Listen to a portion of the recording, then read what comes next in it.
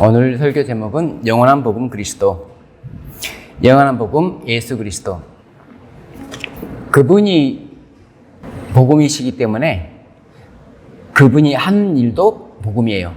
그분이 생각하는 것도 복음이고, 우리가 예수님과 생각을 공유한다는 것, 하는 일을 공유한다는 것, 조화로운 삶을 산다는 것, 그것이 복음의 목적이고 율법의 목적이죠. 율법을 잘못 이해하면 싸움이 일어나잖아요. 분란이. 율법은 조화를 위해서 존재하는데 율법을 지킨답시고 더 싸우고 분란을 일으키는 사람도 있죠. 율법을 잘못 이해했을 때 그렇다는 거예요. 계시록 14장 6절로 7절, 또 보니 다른 천사가 공중에 날아가는데 땅에 거주하는 자들 곧 모든 민족과 종족과 방언과 백성에게 전할 영원한 복음을 가졌더라. 그가 큰 음성으로 이르되 하나님을 두려워하며 그에게 영광을 돌리라. 이는 그의 심판의 시간이 이르렀음이니 하늘과 땅과 바다와 물들의 근원을 만드신 이를 경배하라 하더라. 14장 6절에서 영원한 복음에 대해서 말하면서 7절에서 영원한 복음은 이것입니다 라고 설명을 해주고 있어요. 심판의 시가 영원한 복음이라고 말해주고 있는데, 그렇다면 왜 심판이 복음인가를 우리는 생각을 해봐야겠죠. 더 좀 확장해서 심판하는 왕이 있다는 것이 복음이죠. 그분의 다스림이 시작되었다는 것이, 다스린다는 것은 심판이죠. 심판이 시작되었다는 것이 곧 하나님의 나라가 시작되었다는 것이 복음이에요. 복음서가, 예수 그리스도가 복음을 전하잖아요. 그 복음의 내용이 뭐냐면 하나님의 나라가 가까웠으니, 하나님의 나라가 가까웠느니라. 하나님의 나라가 가까웠으니 회개하고 복음을 믿으라. 그게 복음의 내용이잖아요. 그래서 우리는 그때부터 하나님 나라에 있는데, 그 당시 하나님 나라는 유대의 나라에 한정된, 예수님이 유대의 나라의 왕으로 오셨으니까 그때의 하나님의 나라는 유대의 왕국이 하나님의 나라인 거고, 지금은 이스라엘의 왕으로 오셨으니까 지금 하나님의 나라는 예수님이 전체 이스라엘의 왕으로서인 하나님의 나라라는 거죠. 곧 심판의 시가 되었다는 것은 뭐냐면 하나님의 나라가 시작되었다는 거예요. 계시록의 어떤 한 부분만 보고 우리가 깨달으려면은 깨달을 수가 없어요. 성경을 전체적으로 이해해야지 말씀이 계속 확장되어 가는 거죠. 하나님의 나라가 확장된다는 것은 내가 알고 깨닫는 말씀이 확장된다는 뜻과 비슷하겠죠. 그래서 우리는 같은 계시록에서 왜 심판이 복음인가를 말해주는 구절을 한번 찾아보기로 했습니다. 계시록 6장 9절로 11절. 다섯째 인을 떼실 때에 내가 보니 하나님의 말씀과 그들이 가진 증거로 말미암아 죽임을 당한 영혼들이 제단 아래에 있어 큰 소리로 불러 이르되 거룩하고 참되신 대주제여, 땅에 거하는 자들을 심판하여 우리 피를 갚아주지 아니하시기를 어느 때까지 하시려나이까. 지금 계시록 6장 9절로 11절 상황에서 다섯째 인을 뗐을 때의 영혼들은 어떤 소식을 기다리냐면 심판의 시간이 되었다라고 전해지는 복음을, 그런 복음이 전해지길 기다리는 사람들이란 말이에요. 많은 사람들은 재판을 받기를 싫어하는데 이 사람들은 재판을 통해서 억울함을 풀고자 하는 거예요. 우리 억울하잖아요. 억울하면 재판을 청구하는 거예요. 그러니까 재판을 어떤 각도에서 보느냐에 따라서 나에게 꼭 필요한 재판이 될 수가 있는 거고, 그런데 피고의 입장에서는 재판이 불필요하잖아요. 내가 죄진 사람의 입장에서는 재판 안 받았으면 좋겠지만 내가 의로운 행동을 한 입장에서는 재판이 반드시 필요한 거예요. 그래서 재판을 왜 하는가? 심판의 목적. 요한복음 3장 17절로 21절. 심판에는 역시 두 국면이 있습니다. 구원을 시키려고 심판하는데 구원을 못 받은 사람도 있잖아요. 그런 반대급부로 우리는 안 좋은 심판을 생각할 수가 있는 거죠. 하나님이 그 아들을 세상에 보내신 것은 세상을 심판하려 하심이 아니요 그로 말미암아 세상의 구원을 받게 하려 하심이라. 심판의 목적은 우리의 구원에 있습니다. 그를 믿는 자는 심판을 받지 아니하는 것이요 믿지 아니하는 자는 하나님의 독생자의 이름을 믿지 아니하므로 벌써 심판을 받은 것이니라. 여기서 심판은 정죄, 죄를 정하는 정죄라고 이해를 할 수가 있어요. 그 정죄는 이것이니 곧 빛이 세상에 왔을 때 사람들이 자기 행위가 악함으로 빛보다 어둠을 더 사랑하는 것이라. 악을 행하는 자마다 빛을 미워하여 빛으로 오지 아니하느니 이는 그 행위가 드러날까 하며 진리를 따르는 자는 빛으로 나니 이는 그 행위가 하나님 안에서 행한 것임을 나타내려 함이라 하시니라. 결국 사람들이 구원받지 못한 것, 용서받지 못하는 것은 내 죄를 숨기려 하기 때문에 용서함을 받지 못한다는 것을 이해할 수 있어요.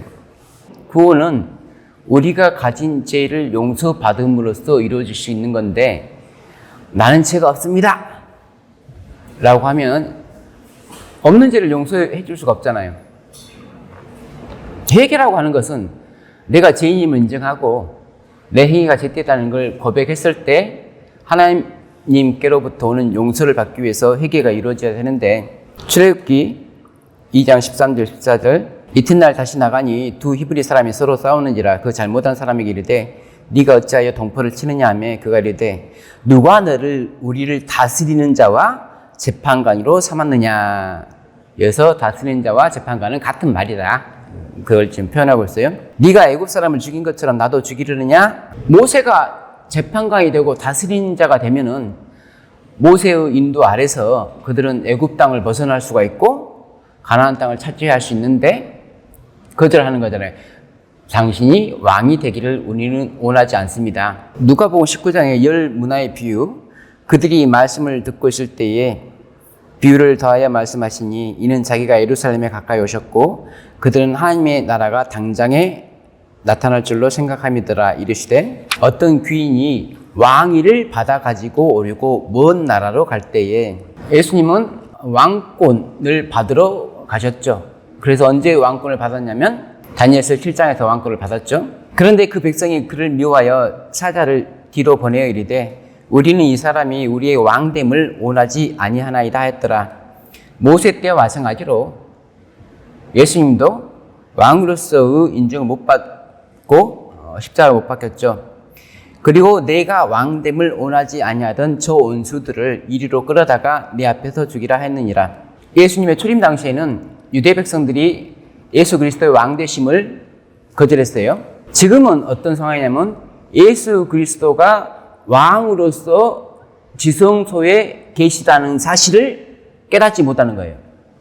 그러므로 예수 그리스도가 왕됨을 거절하는 영적인 의미가 있다는 거죠.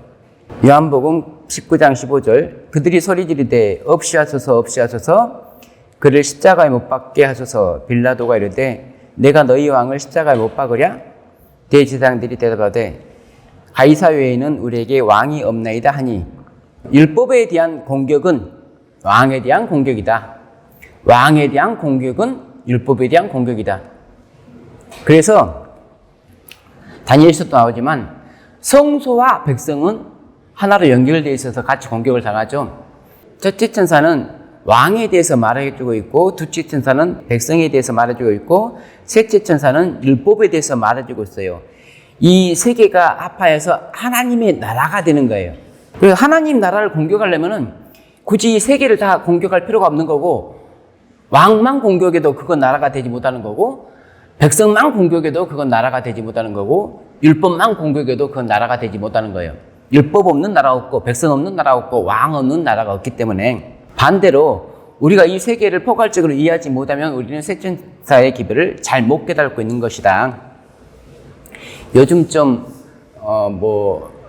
자꾸 사람들이 전화 갖고 인성론에 대한 말도 많이 하고 그런 유튜브도 많이 나오는데 정말 불필요한 거예요. 인성론에 대해서 따진다는 건 정말 불필요한 거고, 근데 이 논쟁은 약간 지금 말만 바꿨어요. 인성론이라고 말만 바꿨고, 가인 때부터 지금까지 계속 내려오는 두 싸움이란 말이에요. 두 축의 싸움.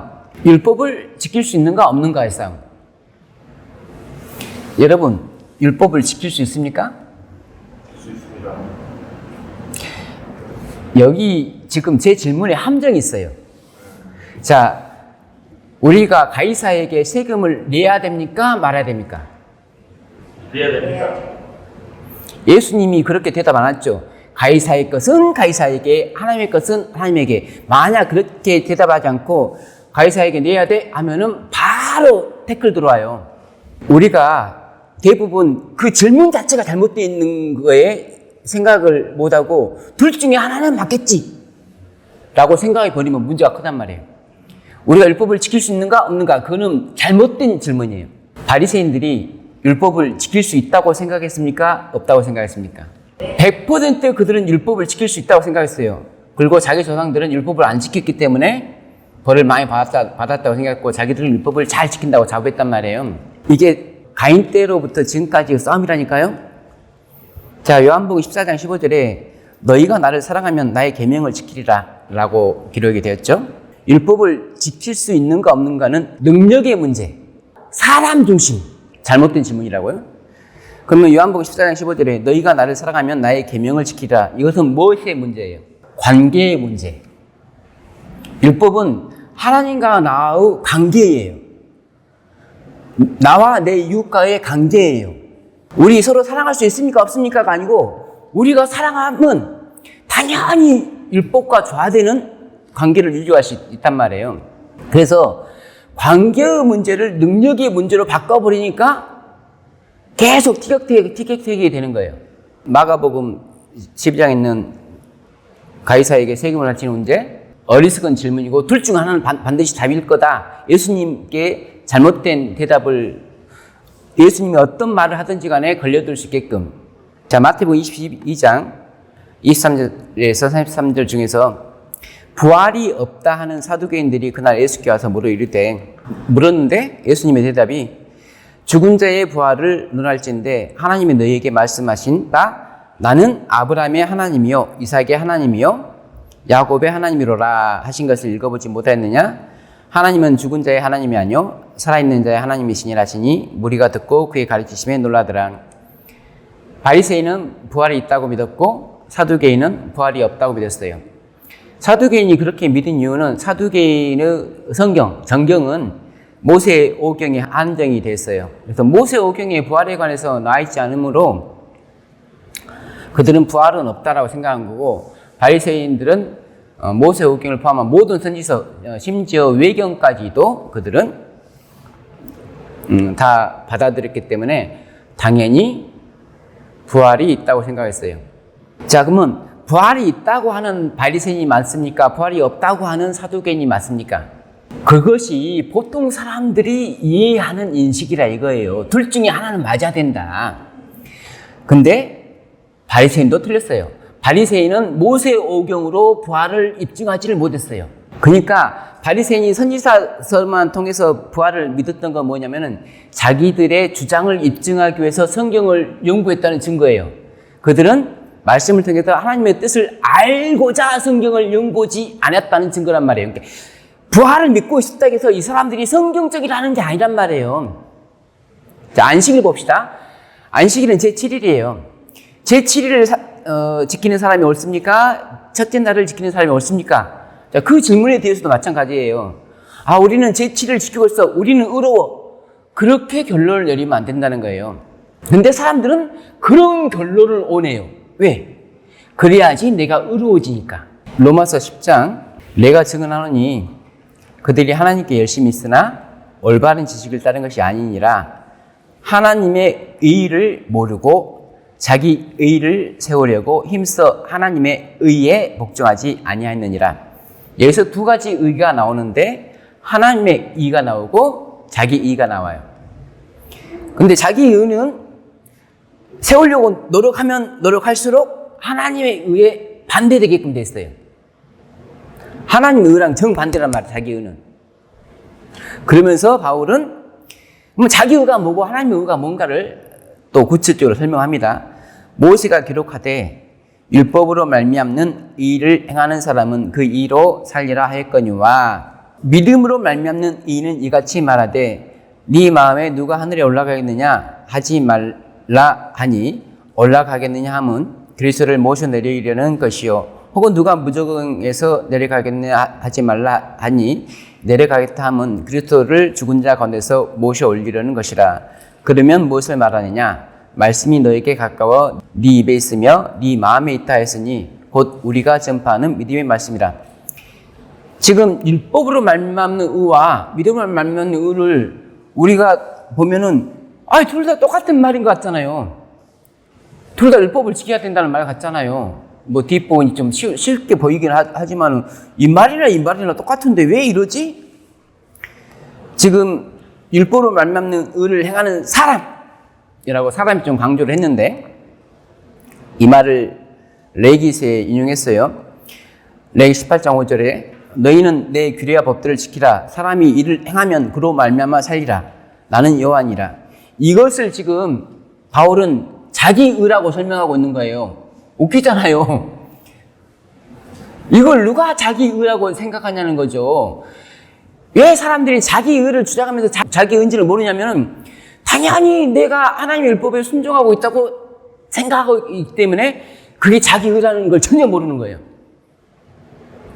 자기 의면서 하나님의 의라고 착각을 하는 거예요.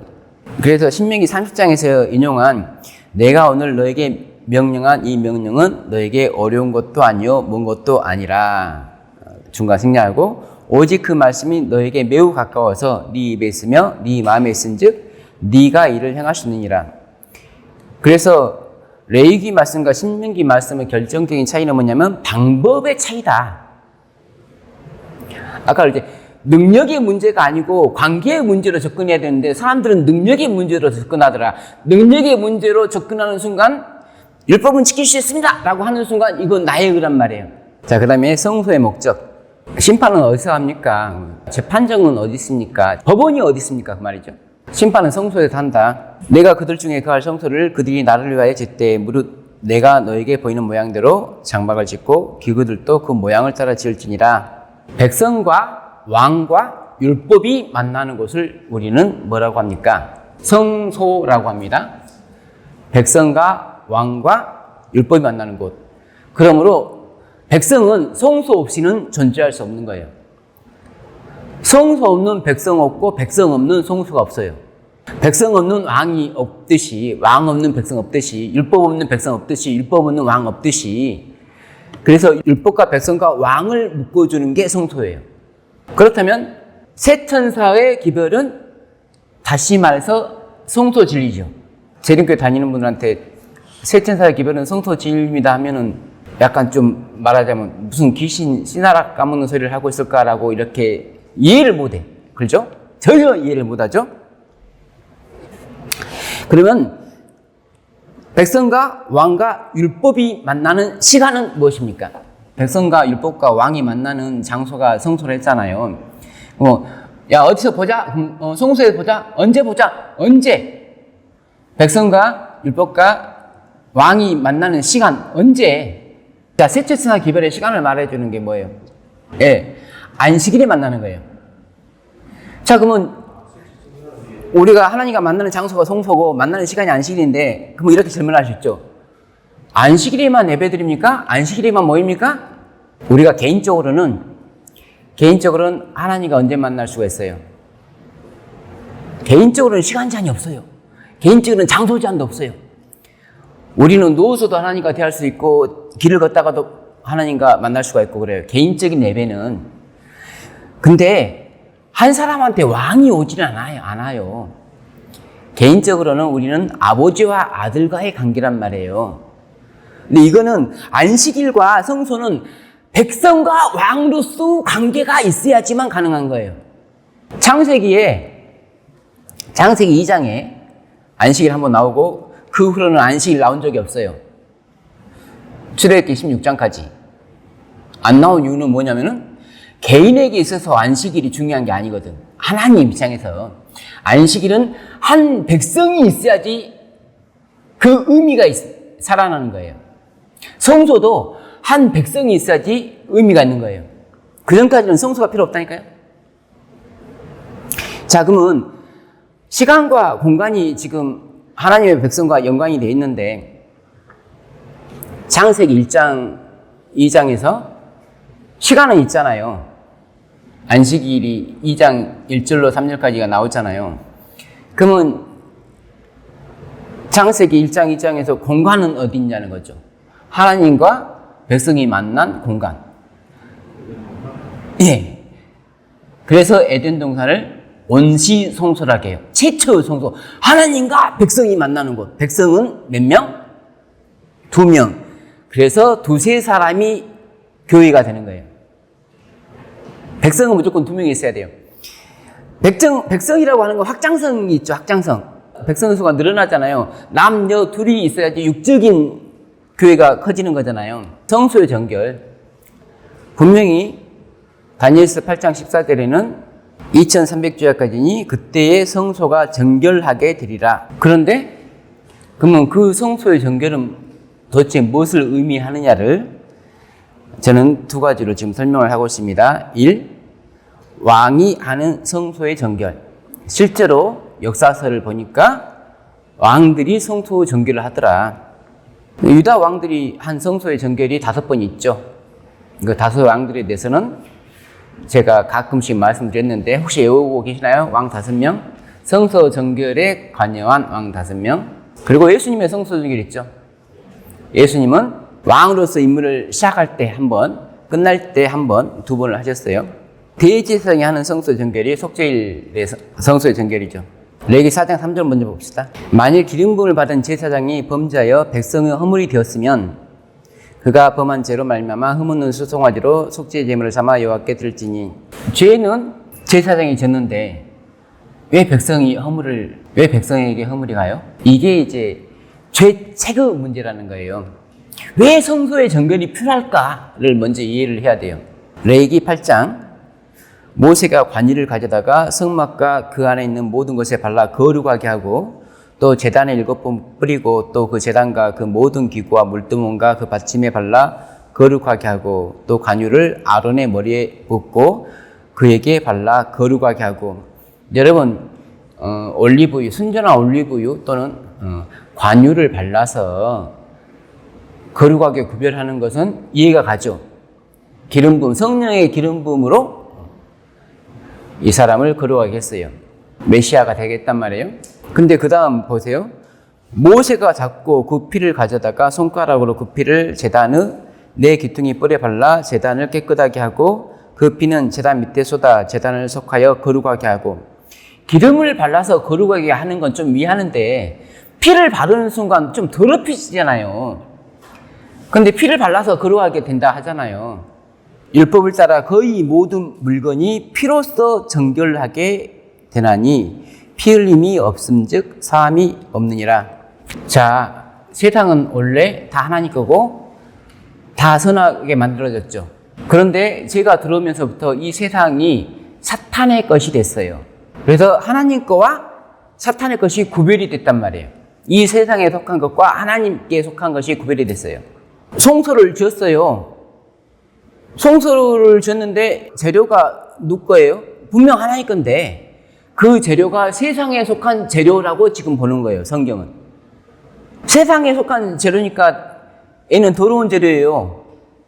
뭐 노시 됐든 금이 됐든 우리가 볼 때는 깨끗한데 영적으로 보면은 그렇다는 거예요. 그래서 거기다 피를 발라야지 그것이 의로운 성소가 되는 거예요.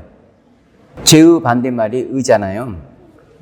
그는 또 수송아지의 피를 가져다가 손가락으로 속죄소 동쪽에 뿌리고 또 손가락으로 그 피를 속죄소 앞에 7번 뿌릴 것이며 또 백성을 위한 속죄제 염소를 잡아 그 피를 가지고 휘장 안에 들어가서 그 송아지 피로 행한 같이 그 피로 행하여 속죄소 위와 속죄소 앞에 뿌릴지니 곧 이스라엘 자손의 부정과 그들이 범한 모든 죄로 말미암아 지성소를 위하여 속죄하고 또 그들의 부정한 중에 있는 회막을 위하여 그같이 할 것이요. 지금 지성소와 회막이 더워졌어요. 내 죄가 있는데, 나와 내 백성의 죄가 있는데 그것 때문에 나는 죽을 수밖에 없죠. 용서를 받을 수 있는 유일한 방법은 어린 양, 송아지를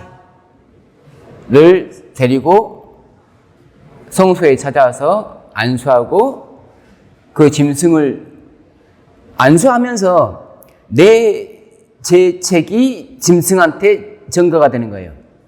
내 대신 짐승이 죽는 거예요. 근데 짐승을 죽여서 피를 뿌려요. 어디다 뿌리냐면 번제단에 뿌리죠. 번제단을 붓거나. 그러면 나에게서 떠나간 죄책이 짐승한테 갔는데 그 짐승에게 있는 죄책은 그 피에 있단 말이에요. 그 피가 번제단으로 갔어요. 또는 백성의 죄로 인해서 그 피가 회막 안으로 들어갔단 말이에요.